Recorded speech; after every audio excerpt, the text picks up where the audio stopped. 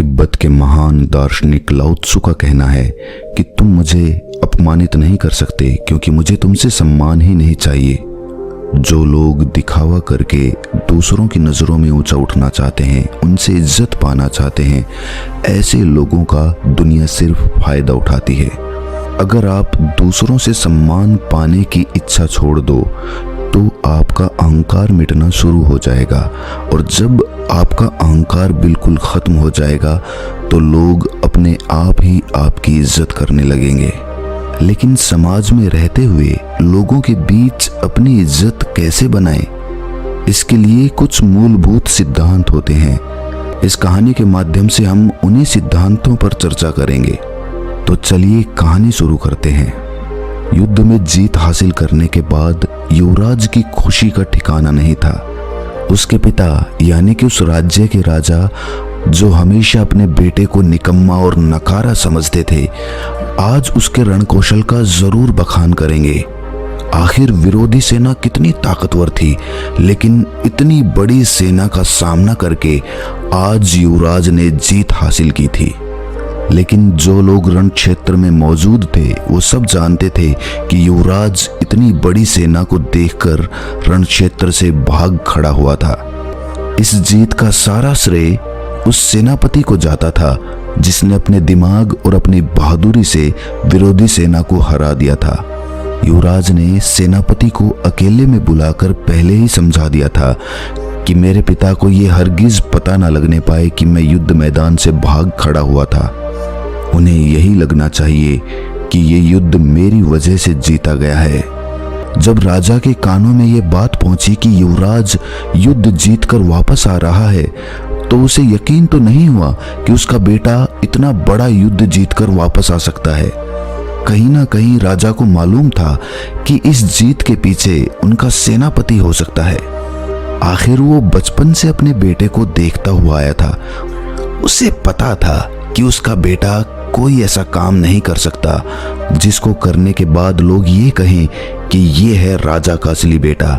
उसे अपना बेटा नकारा और निकम्मा लगता था। लेकिन जब सेनापति ने राजा को बताया कि ये युद्ध वो युवराज की वजह से ही जीते हैं, तो राजा को विश्वास तो नहीं हुआ, लेकिन फिर भी उसने अपने बेटे की पीठ थपथपाते हुए कहा कि मुझे आज पहली बार गर्व महसूस हो रहा है कि तुम मेरे बेटे हो।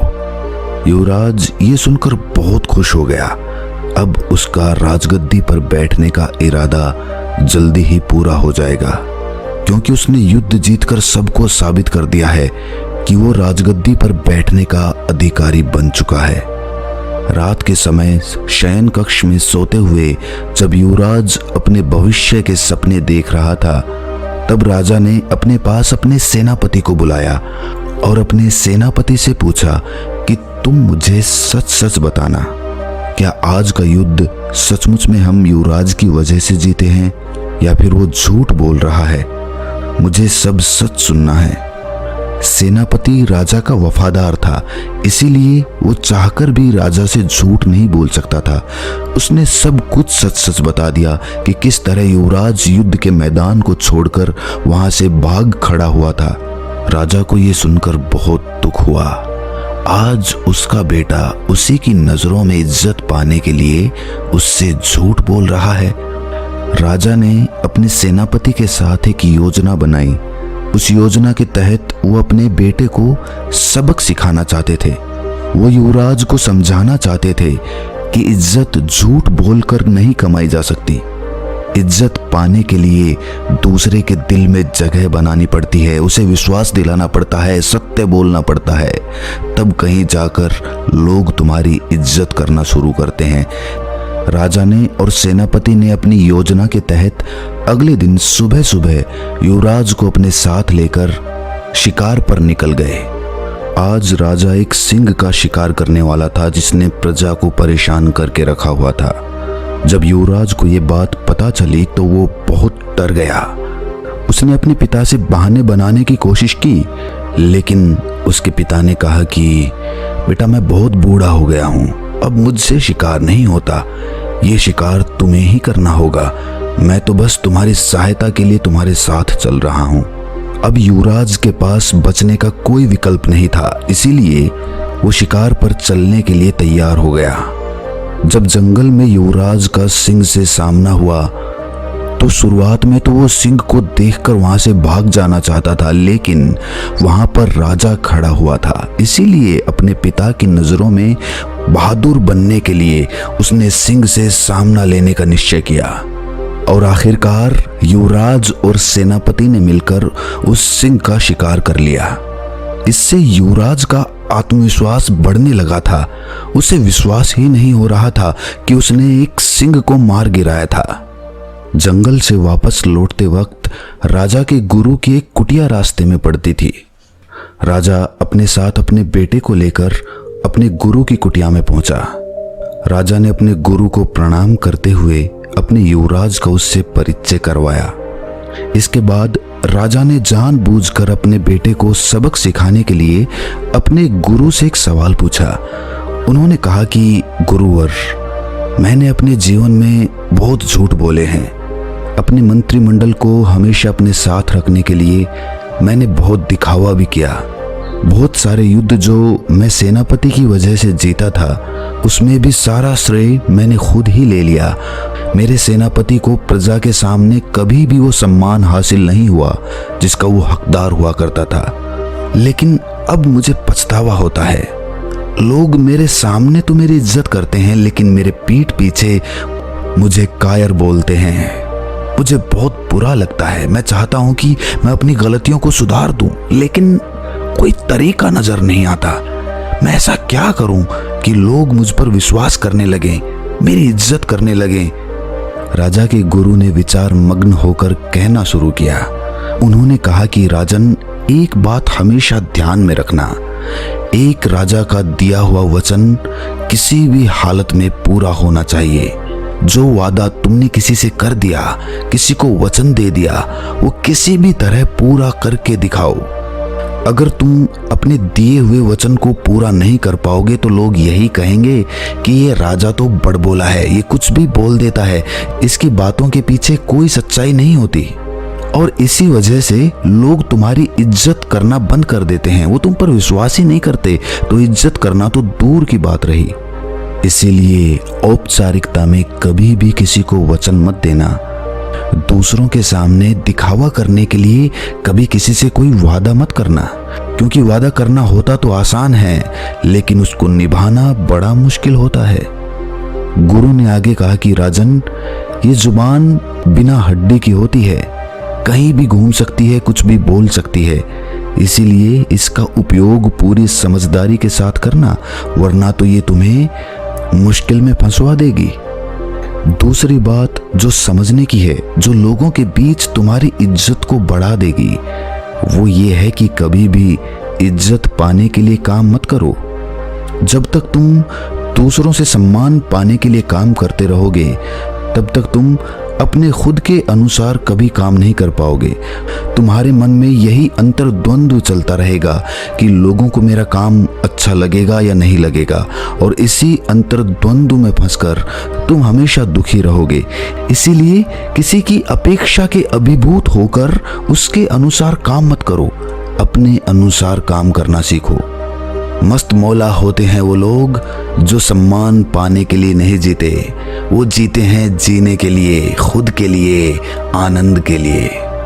और याद रखना, अगर तुम सम्मान पाने के लिए काम नहीं करोगे तो कोई तुम्हारा अपमान भी नहीं कर पाएगा। तीसरे उपदेश की चर्चा करते हुए गुरु ने समझाया कि राजन, कितनी भी कठिन परिस्थिति क्यों ना हो, चाहे तुम्हारी जान ही क्यों ना चली जाए, लेकिन हमेशा सत्य बोलना सीखो। सत्य बोलना ही लोगों में तुम्हारा विश्वास कायम करता है। सत्य बोलना इतना आसान नहीं होता, क्योंकि सत्य बोलने की वजह से हो सकता है कि तुम्हें बहुत सारी दिक्कतों का सामना करना पड़े, क्योंकि सच हमेशा कड़वा होता है। बहुत सारे लोग उस कड़वे घूंट को पीकर शांत नहीं बैठेंगे, वो तुम्हें परेशान करेंगे, तुम्हें दुखी करेंगे, और इसी कारण तुम वो बोलना शुरू कर देते हो जो लोग सुनना चाहते हैं, और जो कि झूठ होता है। झूठ किसी भी परिस्थिति में तुम्हें खुद से दूर ही लेकर जाएगा। गुरुवर ने अपना अगला उपदेश बताते हुए कहा कि राजन, तुम एक राजा हो, पूरी प्रजा का भरोसा तुम पर है, इसलिए कोई भी काम करो वो सबकी भलाई के लिए होना चाहिए। सिर्फ अपने फायदे के लिए किया गया काम दूसरों की नजरों में तुम्हें इज्जत नहीं दिला सकता। इज्जत तुम्हें वही काम दिलाएगा जो तुम सबकी भलाई के लिए करोगे। हम लालचवश ये भूल जाते हैं कि जो काम हम कर रहे हैं उससे दूसरों का कितना नुकसान होगा।